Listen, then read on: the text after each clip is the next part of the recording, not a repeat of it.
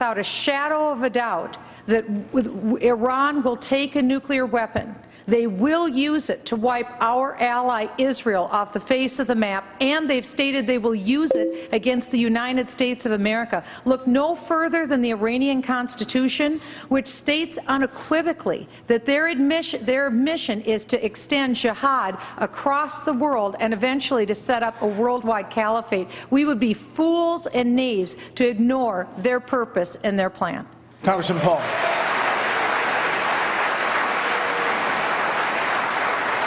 Obviously, I would like to see a lot less nuclear weapons. I don't want Iran to have a nuclear weapon. I would like to reduce them because there would be less chance of war. But to declare war on 1.2 billion Muslims and say all Muslims are the same, this is dangerous talk. Yeah, there are some radicals, but they don't come here to kill us because we're free and prosperous. Do they go to Switzerland and Sweden?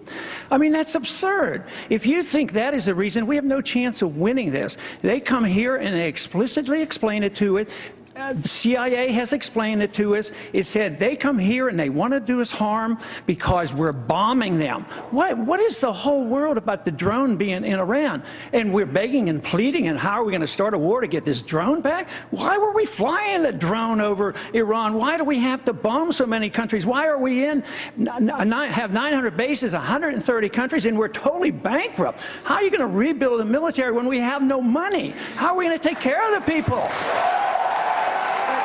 So I think this wild goal to have another war in the name of defense is the dangerous thing. The danger is really us overreacting, and we need a strong national defense, and we need to only go to war with a declaration of war and just carelessly flouting it and starting these wars so often. Speaker Gingrich, is Congressman Paul. And the point would be, can I respond to that? Can I respond? And the problem would be the greatest underreaction in world history if we have an avowed madman who uses that nuclear weapon to wipe nations off the face of the earth. And we have an IAEA report that just recently came out that said literally Iran is within just months of being able to obtain that weapon. Okay. Nothing could be more dangerous than the comments that we just heard. All right, 30 seconds. There is no UN report that said that. It's totally wrong on what you just said. IAEA report. That is not true. They produced information that led you to believe that, but they have no evidence. There's been no enrichment of these bombs. And if we agree with that, the United States people could be at risk of our national security. So I'd like to finish. If she thinks we live in a dangerous world, she ought to think back when I was drafted in 1962 with the nuclear missiles in Cuba. And Kennedy calls Khrushchev and talks to him and talks him out of this, and we don't have a nuclear exchange.